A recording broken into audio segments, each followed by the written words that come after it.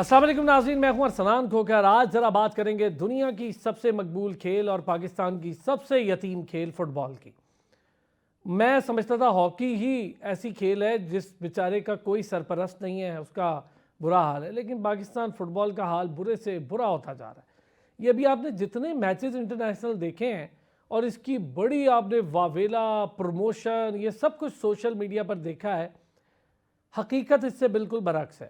یہ جو آپ دیکھ رہے تھے لڑکے بیچارے جان مارتے ہوئے کھیل رہے تھے، ہار بھی رہے تھے تو ان کو برا بھلا کہا جا رہا تھا، لیکن کوئی یہ کہنے پہ تیار نہیں تھا کہ اس کے پیچھے ڈرامہ کرنے والی نارملائزیشن کمیٹی جس کو فیفا نے پاکستان پہ مسلط کیا، اس کا کیا کردار ہے۔ یہ جو این سی ہے جس کو نارملائزیشن کمیٹی کہتے ہیں، ان کی بھاری بھرکم تنخواہیں، ان کے ٹی اے ڈی ایز، سارا کچھ ٹائملی آ رہا ہے۔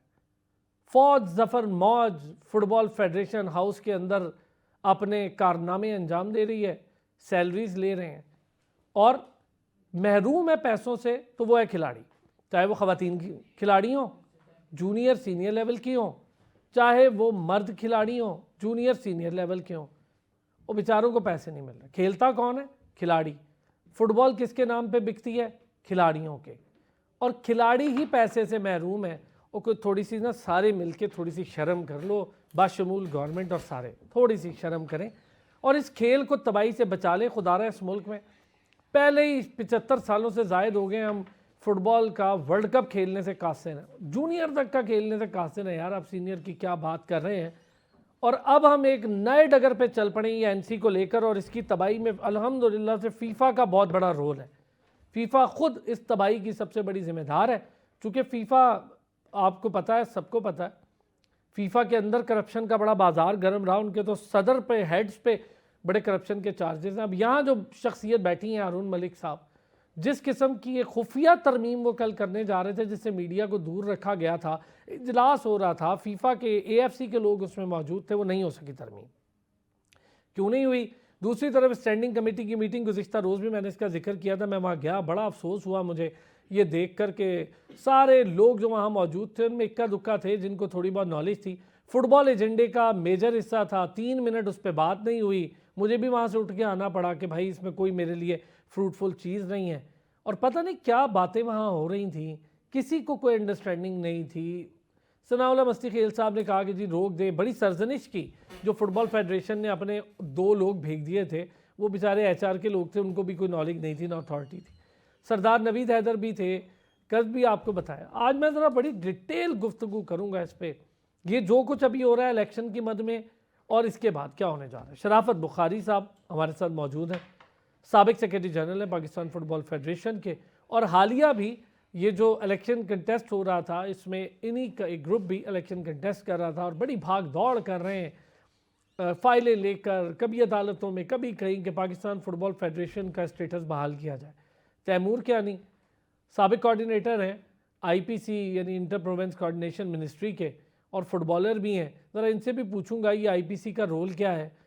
مجھے تو سمجھ سے باہر ہے سب کا رول، لیکن بہرحال میں لازمی آج اس پر بات کروں گا۔ بہت شکریہ سر دونوں حضرات کا، آپ لوگوں نے ہمیں جوائن کیا۔ شرافت بخاری صاحب، پہلے تو اسٹینڈنگ کمیٹی کی میٹنگ ہوئی اور اسی دوران دوسری طرف یہ اجلاس چل رہا تھا لاہور میں، تو اجلاس میں کچھ سنا ہے کہ کچھ ممبرز ہیں اور کچھ ممبرز کو باہر نکالا، اس پر معاملہ کچھ ہوا، اور شاید وہ ترمیم جو کرنا چاہ رہے تھے کسی قانون میں وہ کیا تھی، ذرا وہ بھی بتا دیں، اور کیوں نہیں ہوئی ذرا یہ بھی بتا دیں۔ بسم اللہ الرحمن الرحیم۔ تھینک یو ویری مچ اسلان بھائی، آپ کا بھی اور آپ کے چینل کا بھی۔ اور جو آپ کا سوال ہے، جیسا کہ ہم کئی پروگرام کر چکے ہیں، پاکستان فٹ بال فیڈریشن کے الیکشن پہ ہی ہمارا موضوع جو ہے نا فوکس ہوتا ہے، اور اس کے علاوہ آپ گاہ بگائے جو ہے نا باقی چیزوں کی بھی نشاندہی کرتے ہیں اور معاملات بھی ہوتے ہیں۔ اور بدقسمتی آپ یہ دیکھ لیں کہ یہاں تک پہنچنے کے لیے جہاں ہارون ملک صاحب یا این سی نے کمٹمنٹ کی وہ پوری نہیں کی۔ اگر میں اس کو شروع سے دیکھوں تو 21 سے بہت ساری بڑی لمبی چوڑی فہرست ہے، لیکن مختصر یہ ہے کہ اس نے پہلے کہا کہ جی ہم جو نا وہ کلبس کو نہیں دیں گے، نئے کلبس کو رائٹ آف ووٹ نہیں دیں گے، وہ دے دیے۔ پھر ڈسٹرکٹ الیکشن کے رولز کرائے، وہ غلط کر دیے۔ پھر ڈویژن کے پھر وہ جو پروونس کے کرائے الیکشن، وہ رولز سے ہٹ کے کرائے۔ لیکن ہم نے کہا چلیں معاملہ چلیں، اب معاملہ آ گیا پاکستان فٹ بال فیڈریشن کا۔